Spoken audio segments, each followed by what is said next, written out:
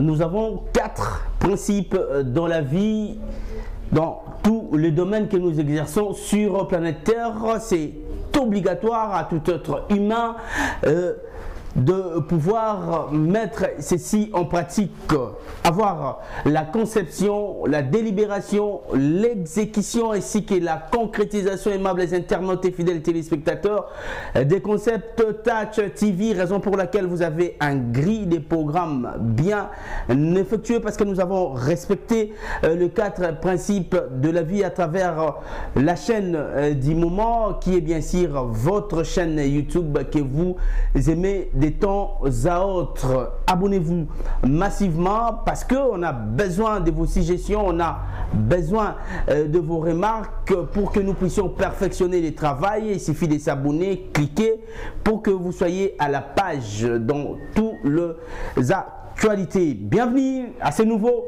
numéro de Tokundola. C'est une émission en caractère socio-culturel qui vous édifie, informer en scène sur tous les domaines en général. Voilà, sur ce plateau, aimables internautes, nous avons réussi pour vous aujourd'hui l'artiste comédien. C'est un cinéaste, il est acteur, il se déchaîne, il montre l'unicité à travers vos égards. Il s'agit bel et bien de l'artiste Chapelet qui est bien sûr l'invité principal dans cette émission.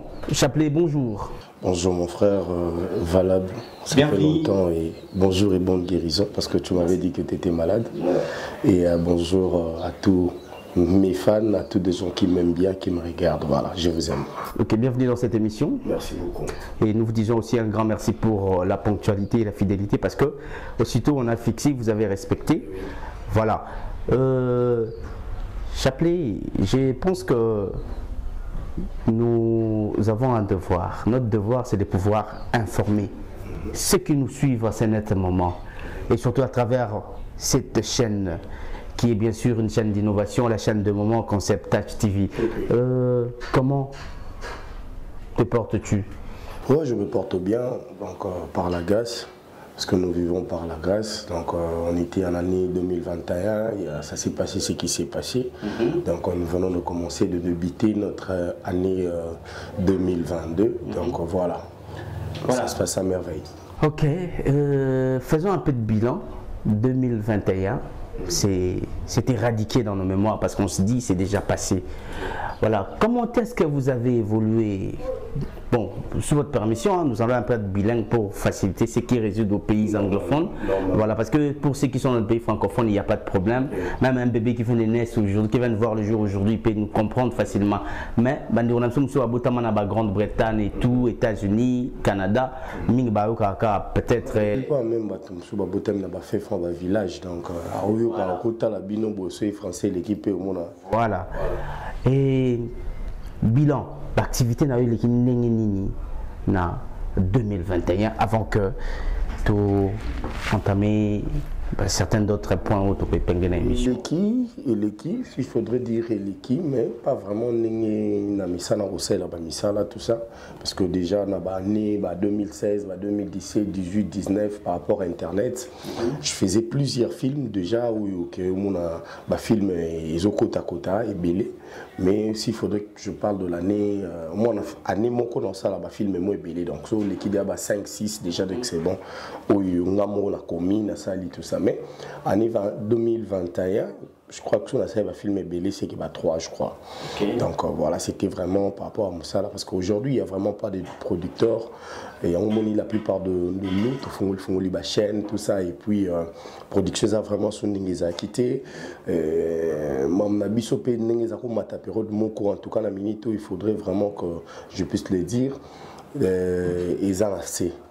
Mode film, mode maman belé, donc ils ont vraiment le souvenir qu'ils ont quitté. Donc bilan année 2021, c'était sur 100%, c'était à 70%. Voilà, okay. Dans ces sens-là. Okay. Et 2022 en fait, on dirait que 2022 ils en ont le bébé, okay. Parce que tout ça mois de février, tout banni mois de février, et après bilan. décision nous qui cette fois-ci en 2022 année USK. Ouais, 2022 déjà 2021 on a aussi la chaîne YouTube Chapelet Artiste TV. Je demande d'ailleurs il y a abonné à Awa de Bamsous n'a pas s'abonner belé mais boya pena Chapelet Artiste TV. Donc je na sali chaîne et en dehors de ça j'ai promis beaucoup de choses en 2022, écrire de films, faire de films comme étant acteur parce que moi je suis un acteur polyvalent, je travaille dans tous les rôles, donc faire de films et puis jouer le sous film, c'est-à-dire être meilleur que 2021. Voilà. Ok, être meilleur que 2021, donc c'est là votre décision que vous allez installer en 2022. Chapelet, depuis à parcours na yo. Chapelet avant kaka boye d'un coup ba influence aye pour que ta monde en gros toi là na ko landa mutu moko boye ou bien ba força kaye je sais pas comment est venue l'idée à ko kota na monde ou ko embrasser un peu ko exercer carrière na yo tina na moment. Donc d'abord premièrement j'ai commencé le théâtre il y a longtemps, j'ai commencé en 1999. OK. Donc en 1999, j'étais vraiment pas fan du théâtre à cette époque-là.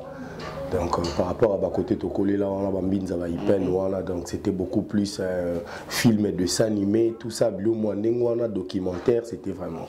Et j'ai été puni une fois, je me souviens en 1999, Batinanga, Kinko, les membres de la famille, Kandezara, avant Kuna, attends un mois, 2 mois et puis on revient.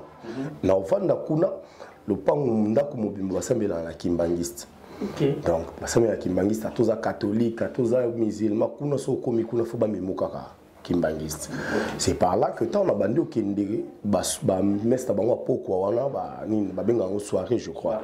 Tant on a comme au Kendere ba soirée, les là au monde ni mo bazao répéter j'étais qui. Voilà. Na kata j'étais qui parce qu'il y avait so ba 6 mois ni il y a musique, ba ça la théâtre. Ça m'a intéressé. Parce que c'est par là que j'ai commencé. Et à l'église Kimbangiste. Okay. C'est par là que j'ai commencé et après quelques temps, punition je suis rentré chez nous. Parce que pas la biso moyen de continuer à PKT. Donc maintenant déjà na moi ni nous na mutema quoi. Donc ils ont bien locaux donc faut dans ça là. Mais je visais vraiment loin, je ne faisais pas le théâtre comme on le fait, je visais autre chose. Je me disais d'ailleurs, si on était dans poto, théâtre, tout pour être, parce que non, je vais en dire. Année 2000, j'étais encore puni pour la deuxième fois. Mais qu'est-ce qui faisait que tout le temps on a puni? Non, nous on est grandi déjà dans Babiloko, au ta classe. Boya bon a parti avec chic boya na ba master qu'il faut biman sous na pourquoi boum boum à l'époque to yi baba mituka ba parents moto donc mon na ki di ba coopérer na ba chauffeur ou bien coopérer na sentinelle tant bon ba là li ali bino botine di kamutu ka donc tant grand-père Akoya très énervé parce que moi mon grand-père était l'officier d'ordonnance du président Mobutu. Donc Sotali comprenait mon émotion, la personne qui était derrière lui. Donc, alors il était vraiment sévère en fait. En 2000, na yesko matadi, ton ke matadi, na ke kota sikoyo na théâtre classique. Na théâtre classique na koti kaou ya lankuru. Ok, donc ils allaient au bandara mbalamo pas Caleb T en fait. Non, je sais pas comment c'est. Nga ya na et pas Caleb na ba savoir. Donc na koti déjà nini a plateforme ya théâtre classique na kaou ya lankuru à partir ya wana nde sikoyo na zuna nos formation et na bandisco ko voyager na comme festivalien.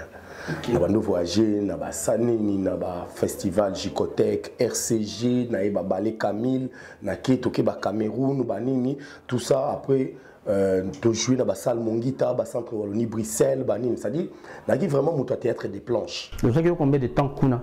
D'année 2000 à 2004. Okay. J'étais un cinéaste pendant 4 ans, j'ai pris des brevets, tout ça. Et une fois, on a eu un voyage, c'est ma mère qui m'a dit, non, pour Kuna Pena et ça, tu vas voyager à Poto, toi tu le sais d'ailleurs. Ma mère a dit, c'est bon, bien, aimer ce que tu fais là. Mais vous allez mieux, ce qui est mon poso les cas, bato babeleli yo mwa nini esala bien mpo nini on envisage te kota pe ata na groupe moko boye obande jouer tout ça. C'est comme ça que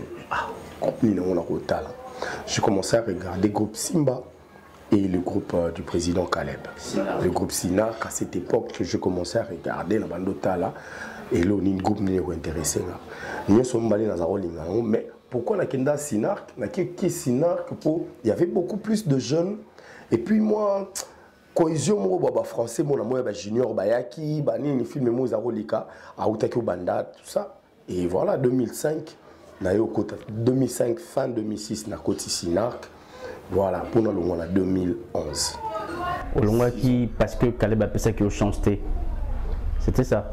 Bon, c'était même pas vraiment ça. On a Longwa qui, parce que Faïga a Longwa. Il y avait beaucoup de choses. J'étais là comme étant un acteur, comme tous les acteurs. Mais Azaro peut s'exprimer. Groupe Ezagi hein. Mais on était là. D'abord, Sinark, Banda Kalabazaka, l'acteur ébélé. Banda Kalabacteur, Bazalaka ébélé. Mais nous, on était là comme étant des acteurs Oyo. Bunda, vous avez à savoir. Mais le quoi, on a monté, il y a leader, il y a richesse, moi, tout ça. Donc, il faut avoir un rôle avant. Donc, c'était un peu Tobi Manabiso, mais voilà, c'était un peu ça. Voilà. Parlons maintenant de ta famille. Chapelet,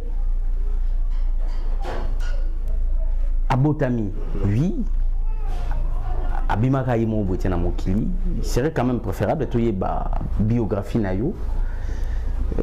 Papa, maman, combo et tout, ça serait important. Et puis, Abotami, aux 40e la famille.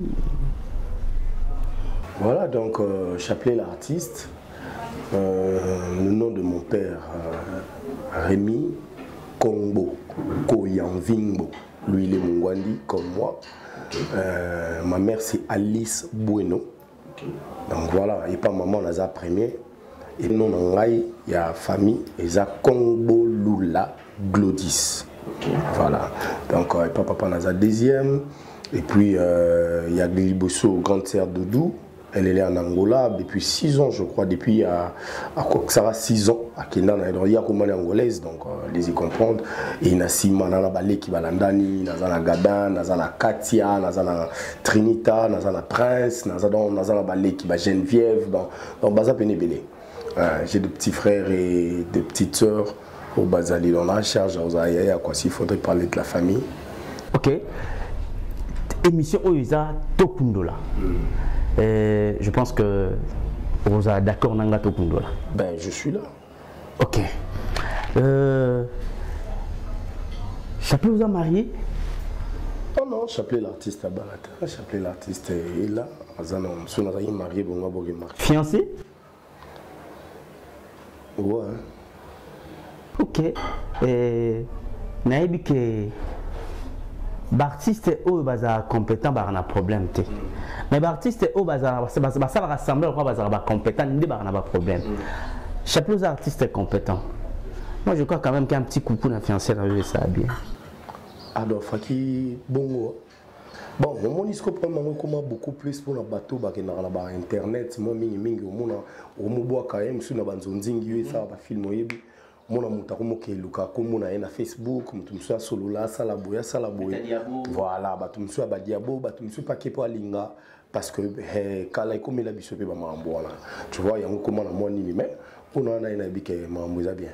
Mais c'est que je sache Chapelet ça na ba compte à rendre té pour muta akende luka ka prouver Chapelet non Chapelet est bien avec tout le monde. Et c'est ya déjà ne t'en fais pas hier. OK. Stade mi paille Rosette je te salue là où tu es. Babina Pesombote, donc la Pesombote n'a répété quoi. Donc voilà, rien à dire. Maman, je pense que Bandi Rebelle, les carnavals émission, ça l'a monté. Pour bailler pourquoi. Mais chose à féliciter, Chapelet, artiste reconnu. Oyo a marqué, donc a ça des sommiers, a ramené les fanatiques au-delà de leur imagination, à Tangi Kombo en pleine émission. L'obé aux alatés, il est soudé. Non, destin ça rien zambit. Estezara Nzambe biso za wana donc total arani Nzamba opesa parce que o elika lobi to yebaki o to sala lelo peut-être zaki programmé mais tina suka to yebite bon lobby. Donc quand on dit nous vivons par la grâce, il y a un moment moi quand je me lève la sambilaka Nzambe limbisa na masumu nanga protège-moi, fais en sorte que nazala. Tu vois? Donc, parce que je suis avec elle, je compte aller plus loin. Ce qui peut être lobby, on dit jamais, jamais, mais je ne souhaite pas. Voilà. Ok. Chapelet, père de combien d'enfants? Excusez-moi, il y a Tokundola. Monsieur Tokundola, oui, Tokundola, on n'a pas marqué. Awa polémique, T. Tobetande ma solo na invité. Tokundola na invité. Maman.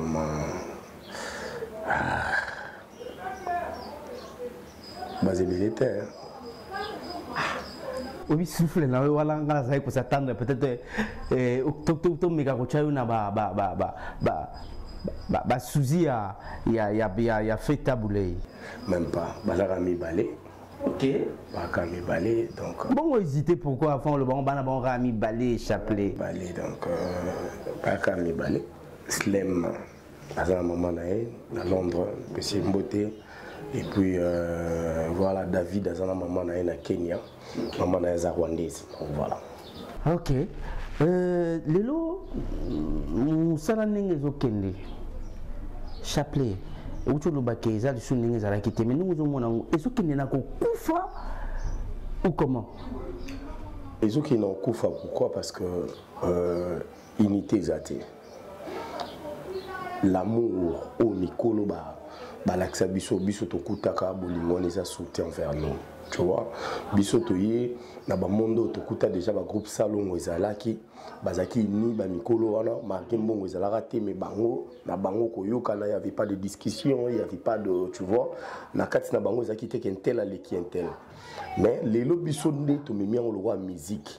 Comme ici monde artistique, non monde théâtral, comme ici on n'est pas la musique, tu vois. Donc bah guerre aux Falina, Ferreni, ni nanani, bisoto mais on a tout le temps dans internet il y a des polémiques. Nanyo bazo yokanate, ba fingana ki, bazo fingana tina, ba mambo ba intimité, ba nini, donc ça salue en fait.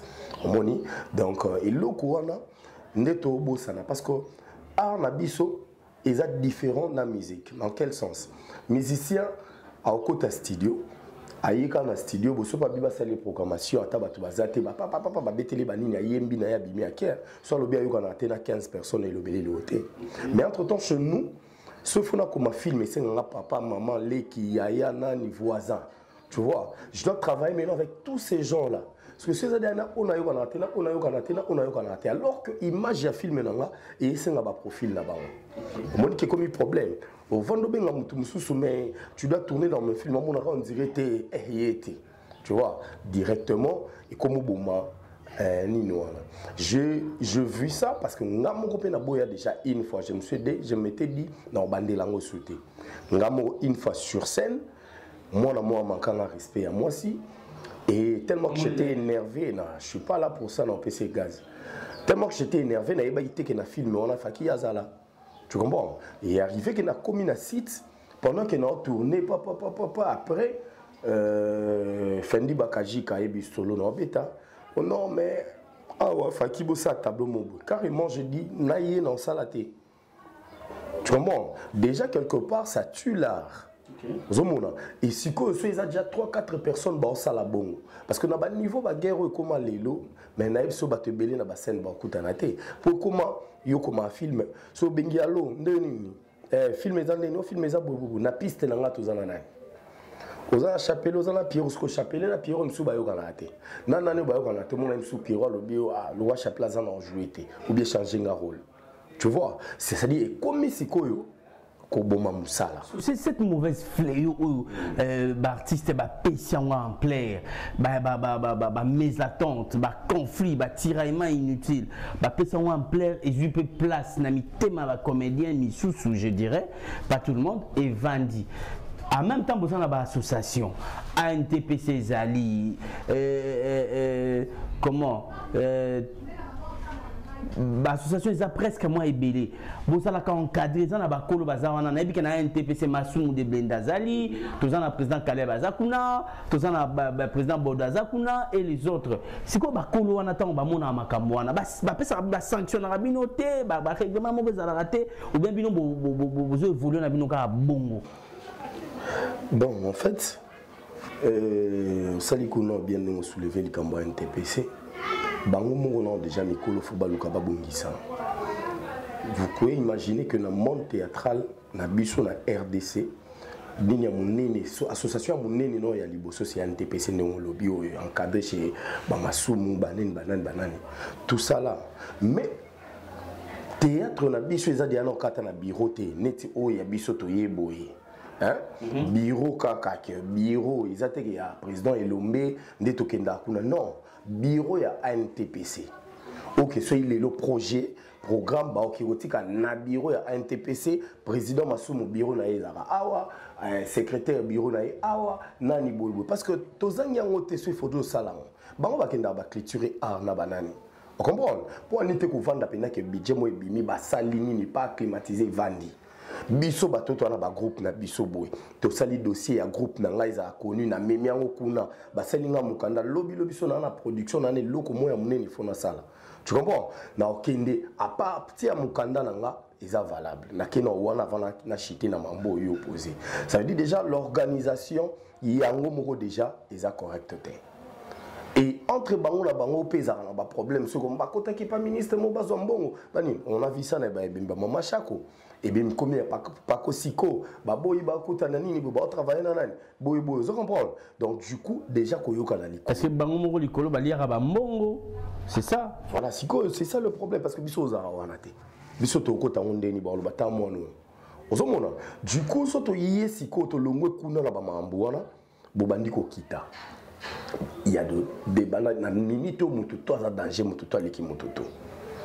Ozomona donc mututo aleki mututo. Au monde boy si la salle groupe na salle ni naïf ba film menezo kende calme sans avoir de problème mais mutumoko boy aime sous poids solo la kaka na belle vie aya memi likambo. Mutumo belle vie a salé loko boy papa dinana tout ça. Il y a de discussions au salama il y a pamba et le respect aussi. Mutumso il m'a que oyaza mukolo nangana âge na art aya avant je lui dois du respect mais au kapena que yete yé le roi na succès ko leka ya wana na temps wana donc comme il peut mukolo na imbala moko ozomona c'est ce qui fait mal ba ya wana mikolo wana ta ata ba bengi sibino ata ba bibo solo la so bobibo yoka na te boyoka na kate. Okay. Vous comprenez? Moi je le dis, pour pas ce respect, tu dois te faire respecter d'abord par moment. Moi, à un certain temps, j'étais parmi des gens qui créaient aussi des qui comme au Pézard Otangama. Qui a Swanina Oyo, a Salina Boy, a Disquita qui balobaki. Tu vois? Mais après un temps, je me suis dit non, je garde mon âge, je garde ce que je suis en train de faire, ma carrière, tout ça. Là, c'est discipline. Hein. Bonjour, bonsoir, c'est pour ça. Chapelet l'artiste n'a pas des amis, je que de collègues de travail. Donc, écoute, on a un Moussala, papa, il n'y a pas de truc en dehors à Moussala, tu lié, non. Je vite, c'est là, quoi. 2-3 personnes au you can attend about. Tout est.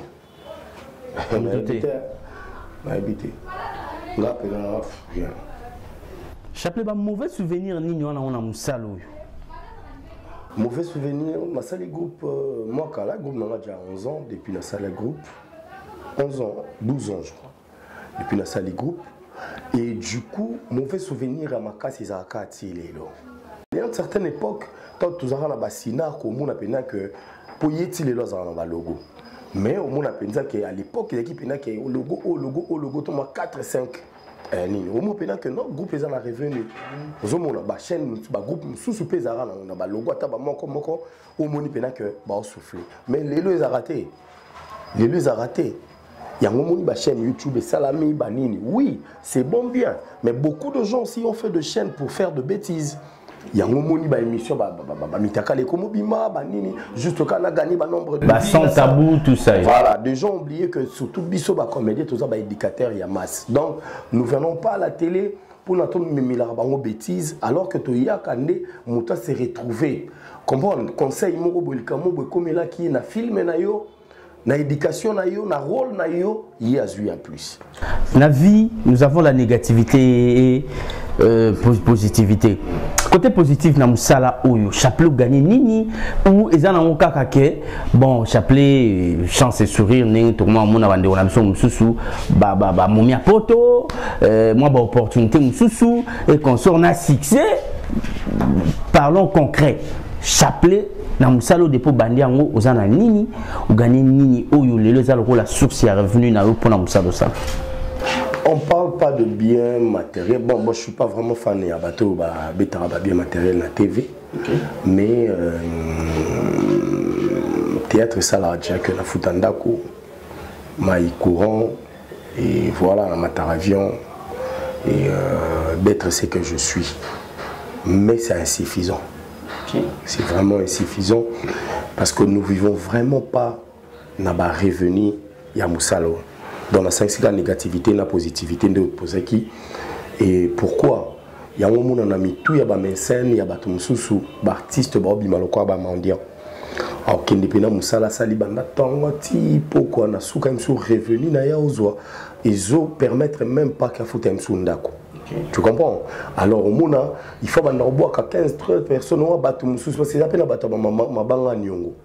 Il faut boire quand là, il y a moni bobo. Mutu ce on va boire quand 2-3 fois. Yo batali yo osepeli oyo kilibanga na yo. Mutu na tangwa zongi pour le banonde ni kasina boira ichilanga tamwa 100 francs. Comme boya oyambaye, comme kata téléphone na mutu mbala mo comme c'est mandia. Donc souvent na mutu mo boya tala tipo benga super singa. Tu comprends? Des fois ça dérange tout ça. Mais en réalité, ce qui gouvernement la biso qui m'a ramené surtout en charge en main. Que œuvre ya mutu sali œuvre na ito kepena bonenge to za banini boy ba structure na biso eza bien encadré mbongo bimaka ne baninga ba nigérien baza encadré na musala bango na minute onde na lo bano boy emsu na vana na Montfleury ndako nangi kokana ya Koffi Olomide. Comprends? Parce que chez les Nigériens c'est normal, na Poto c'est normal, chez les Indiens c'est normal, na Turquie non même n'en parlons pas. Sont des prêtres et des cinéastes na mongo ya osaranate. Donc oya okuta nete ke na balabala boyozo tambola zo tokane boye ali bokuta na natala ki na TV non. Ben c'est parce que bino mugopé bien que bocha association au sein de bino unité et consort donc moi je me dis une chose bossa quand même effort pour bo Luka qu'on se concerter, précaution, voilà, chapelet. Valable, pardon, na point lobby, il faut nanou, baba na robongisa. Premier point, pour que tu comprennes déjà que NTPC bongi, il faut bureau. Pour nous, les gens ont la place, moi, il faut à $200. Vous comprenez? Il y a $300, il y a bureau chaque fin du mois. Parce que moi, on a exalaté que, bango ba tu vas foutre à poche. Lettre wana bakeno lettre sara nini kaka soki bibembeye nde batu ba papa ba komotambola boki boluki sanzete bo solo la tomola mutu boy non il faut bureau président Masumu bureau secrétaire bureau ya nani mukande salami papa ba kotisi ngosko na banini et za la soute ke ngane na vandi boy na kolongwa a pa na keso koda na ketika papier. Oui, bien sûr. Comme Bako Futa, bon, ce que c'est ANTPC, c'est un kataniente. En tout temps, l'élo, n'a pas appelé un avocat, tout ça n'a pas payé l'ombaza. Toye penabo, munabeti sinon mukana, n'alors qu'un des sokoda, kunabo approuvé, signé, ça a été signé par ANTPC. Vous comprenez? Na edo, soit on réclamé mbongo nanga l'élo. Et que na monique, comme il y a un problème dans la zone ANTPC. ANTPC, si je porte plainte, et bien c'est un avocat. Okay. Vous comprenez? Donc il y a de logique qui il faut balander la nano pour tous à l'assise. Pour moi, on a et bando bimana poche ya présent masumute. Fin du mois place ba futa rande ba genda ko mbongo ya bango ya bango ya nini. Ndenge pe ba ko mbongo bi rote 1000 mo bo bimaka be 2000 mo bimaka pour na loyer pour na bateau ba travailler à kuna. Vous comprenez? Donc bango mo ko nde ba olinga na ko vendre ça pour ceux qui va vendre ici. Bon série tant de changer le gouvernement, de changer puis ma cambote. Bino momoni 2023 zoya, avant 2023 biso moto bando zona ba précaution. To bani na bureau to zubo pour to eto côté. C'est un gouvernement si ke zoya. To ba on nommer biso ministre to il ba projet. Ok. Et voilà, Tchoucho, c'est un grand plaisir parce que il est rare. Hein. Lui, c'est un réalisateur très rare qui essaye de faire comprendre aux autres que son travail, c'est ce qui prime d'abord au-delà. Et également aussi à toi, Bols Kula. En tout cas, merci Pona Linzaka. Aujourd'hui, cette émission est réalisée en bonne et due forme par ceux-là que j'ai cités, ce sont des pros. Merci aussi pour la conception, Maman Masolo, qu'on appelle Afi Milando, Moutema, il y a Audace Milando. En tout cas, vous deux, vous êtes de personnes compétentes et dynamiques. C'est un couple formidable. Bah, pareil, Audason, un grand merci pour cette belle concept de cette chaîne YouTube qui est bien sûr concept Touch TV. Voilà. Chapelet, c'est vrai que le temps n'est pas notre allié, l'internet, tout est chronométré. Nous arrivons petit à petit vers la fin de cette émission. Chapelet, il y a une spéculation qui est en train de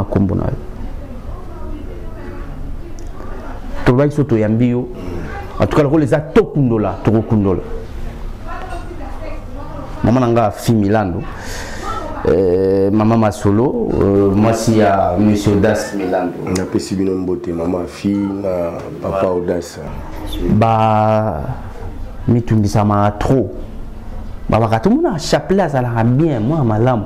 Bon, ma spéculation, tu yoka, que Chapelet a lingara basi à battre.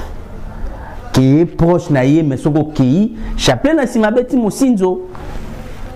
Ah, voilà, puis là, on l'est là.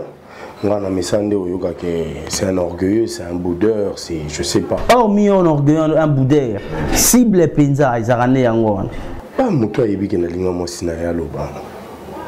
C'est pas facile que linga mo c'est un moteur le cause bo maït.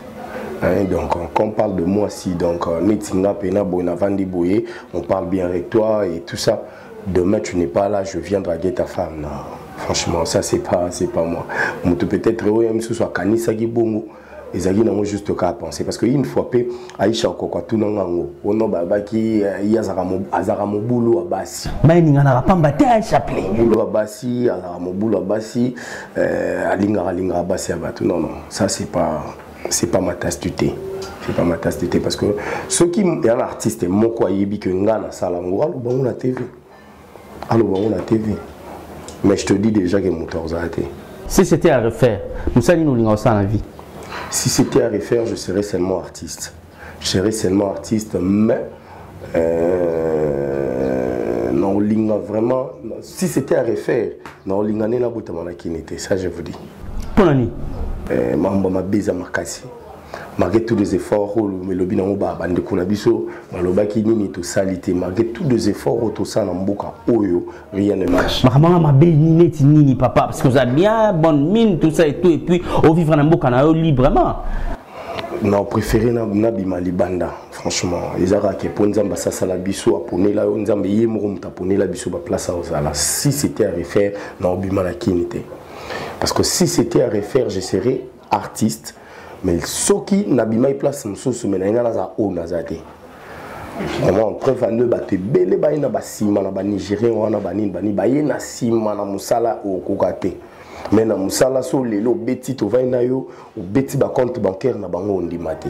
Motali boy na carrière na ye aime soit koksia na ta 20 films été.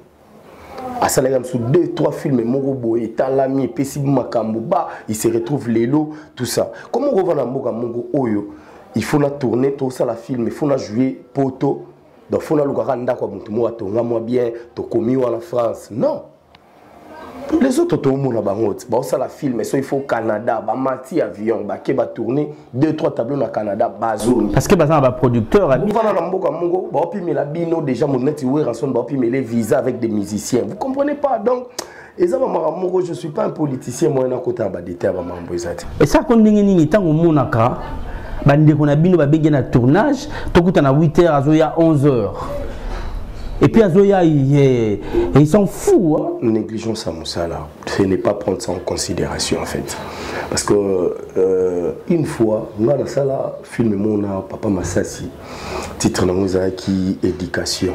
OK au monde papa Massassi a commis le tournage 8h 8h30 a commis à Vandi parce que biso ba superstar ndé to yara na retard ça dit biso to mi mo ndé to za ce qu'on a succès ko lika ba vieux wana mais boye ba rapé bango pour aller te poser la ba mesure parce que on a bina yo to ba tanga bango awa tam su yo banga otanga ou carrément ko boya no ba problème mais oyebi.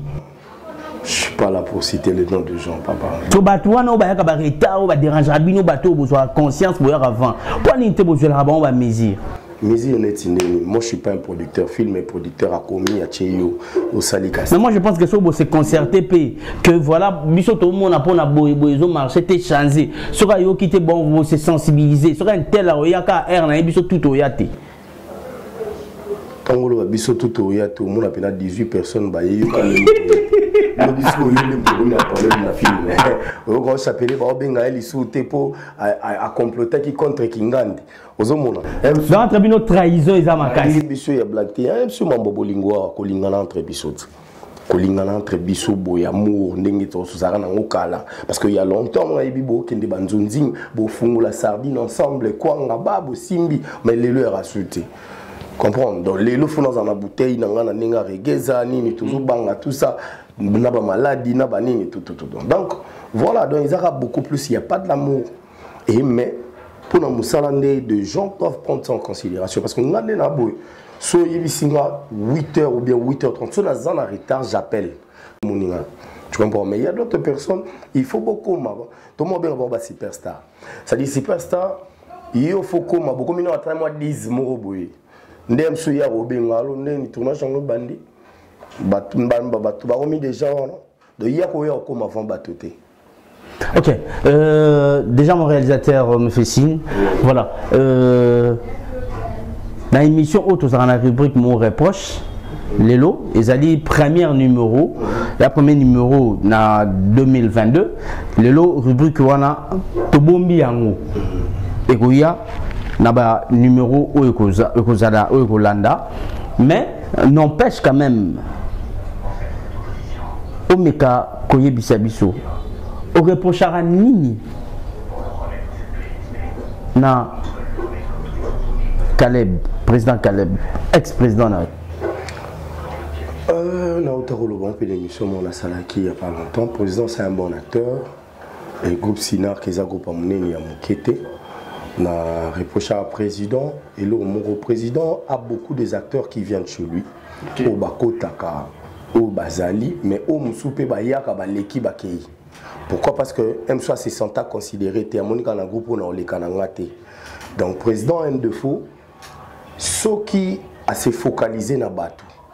Ceux déjà vraiment batu moboé ba junior combo zo ba ça succès mikolo na ba junior ba ça succès azana Caroline azana nani donc ça dit na sima na bango atakutu ya la talenté mo danger aye atakutu presa pesa vraiment makambote donc atikalika wono romuna no sous 5 films landani ka batu wana ba principaux ka batu wana nde alors que mutu mususu aye azana produit te mazana travail makasi oh yo soko tindiki e liboso batona balandi na sima mutona pabini voilà donc place wana ndi présent vraiment faut bongisa pour nos acteurs parce que une nazaraim sous ba Sinark ba répétition Sinark et au monde apena bateau plein motali pe ba na musuzu talabi ozo promettre mais au monde aboyem soit après 6 mois au tourni mais toi je t'ai vu quelque part ah dadi kuna to yaka ebele to répéter mais to tourner raté.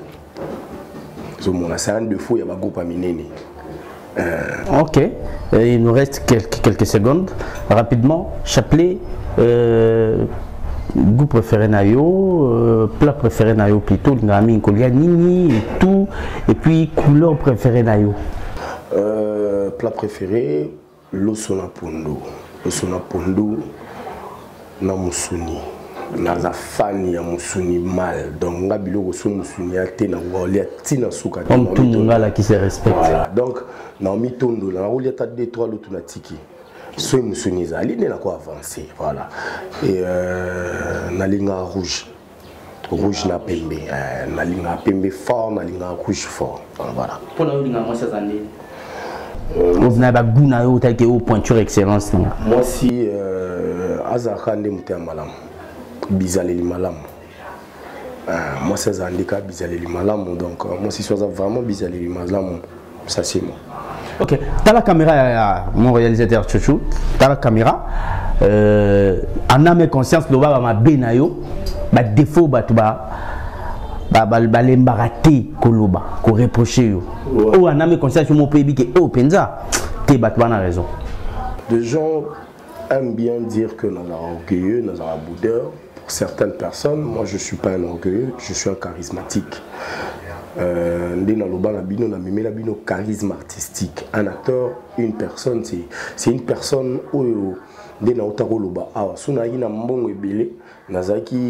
acteur nigérien ou bien acteur turc, même si on na bakon pa pambate na ngana za na bino na banzela pa pambate na minute on tambola msusu na décara ba cortège zolanda parce que je suis vraiment un acteur ce qu'on a mis tchaka na poana je ne ris mais je préfère garder ma position ana mes conscience ba défaut na oyo yebi ba défaut na nga yango na e ni ba défaut na nga o bat ba lobrate mais oyo mo yebi o nga mo na yebi na za mta malamu makaba fort ezongila nga ba mabebele na linga olia na bato za mama na défaut na royeba pe que moto yo alobela inga mabe a murmurer na se mais na vandi na lobine loté na tchebilo kotoli plusieurs personnes ba ebisanga pe c'est mabe pour ça peut te tuer un jour. La dernière question parce que déjà ça racine aussi ici et la dernière question aux professionnels la musaloyo tu l'as dit toyebi et consort sikoyo biso toyebi définition ya théâtre c'est la représentation symbolique d'une œuvre dramatique représentée sur scène assistée par des spectateurs bato ba vandi ba otala spectacle bino bo prester en live mais lelo oyo bino bozo sala bato ti lelo ba benga onka théâtre et vous aussi des professionnels vous encouragez vous dites la même chose pour l'unité comporter clarté ni loko bato ba éviter que auto sala que ça théâtre ça la rabo ou sala que ça la rabo ça ba série télévisée ou bien ba film consort mais ko yoka bino pe ba professionnel auto bi ba professionnel boloba ngo kaka on dit bon encourager moi le mal mo na ba téléspectateurs ba amateurs ba éviter ba continuer que demeurer ba profane. Premièrement, théâtre et ça m'a en scène. Quand des gens viennent payer leur argent, bah ils côté spectacle, na qui na salle à théâtre. Donc voilà, ça se passe entre des acteurs et l'air public. Donc pour offrir bah mais tant que l'on déjà na nini lobby na ngoyo ils a sous théâtre été. Donc tous araskone na ba branche ba nini belé ou tout ça wana ko ça ba cinéma, ko ça la télé dramatique, télé tragique. Donc ça se passe na TV par rapport à ndenge mambozo kende. Mais beaucoup de personnes na yoka batum belé msu ba benga ba lobara bato maboké. Le mot Maboké n'a jamais existé. Il n'y a qu'un acteur qui était Maboké Ngaliema. Il était un bon acteur à son époque. Tellement qu'il était comique, bato bazako sepe la peine ba jenae anaketa la Maboké netikala. Donc bisonet na ba branche to yebi que ngaso na bimwa muta otala film esobe. Déjà esobe na ba film na ye akomaka comédie. Vous comprenez? Télécomique, yé histoire na ye nyonso tout fait comédie ezala na kati. Dans l'histoire, il y a surtout faut comédie ezala, mais biso tout ça beaucoup plus na ba drame, télé dramatique, il y a tout ça, tout ces bases beaucoup plus na yango. OK, nous sommes arrivés à la fin Bambo et puis message.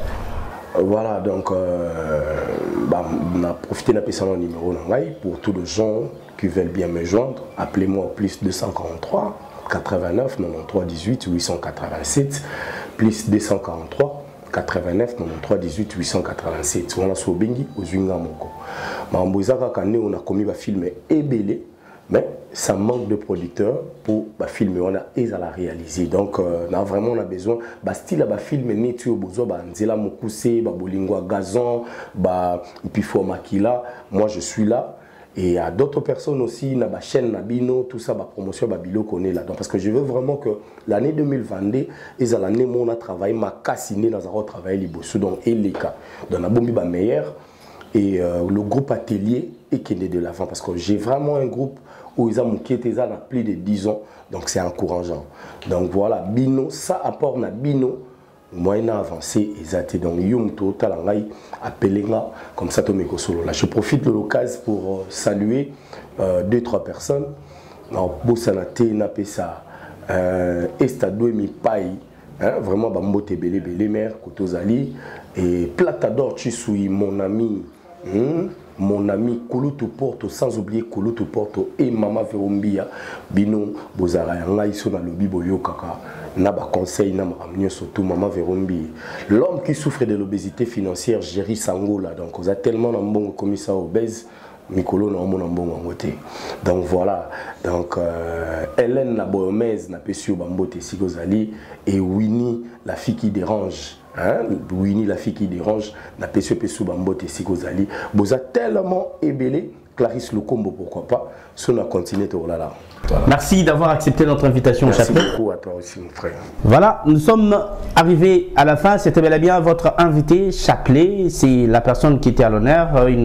Il a quand même essayé de répondre à vos multiples préoccupations. Un grand merci à toute la grande équipe technique Montréal. Je vois Chucho et puis je vois Bols Kula. Merci infiniment à tous ceux-là qui apportent un plus enfin que cette émission Tokundola et Mika quand même perfectionné. Merci beaucoup Naté Tumba Boss et puis JDT Diaz Maboko Banque et toi aussi maman Marie Komba. Donc merci beaucoup pour la confiance que vous ne cessez de me faire maman Afi Milando, maman Masolo, moi si Abatuya, papa Nabiso Das Milando, parents il y a Odason. Merci aussi à maman chérie, mon kondiaba maman tout na Belgique, Fifi Molei Malira Molei Fifi, moi si Abatu, il y a Papi Massamba Sambalé, vraiment Ritz Christelle Prince, Bana Oyo Binobo Botela Biso ya Kitoko, Bana Oyo Binobo Idike, Bana Oyo Binobo Tangisi, en tout cas coup de chapeau couple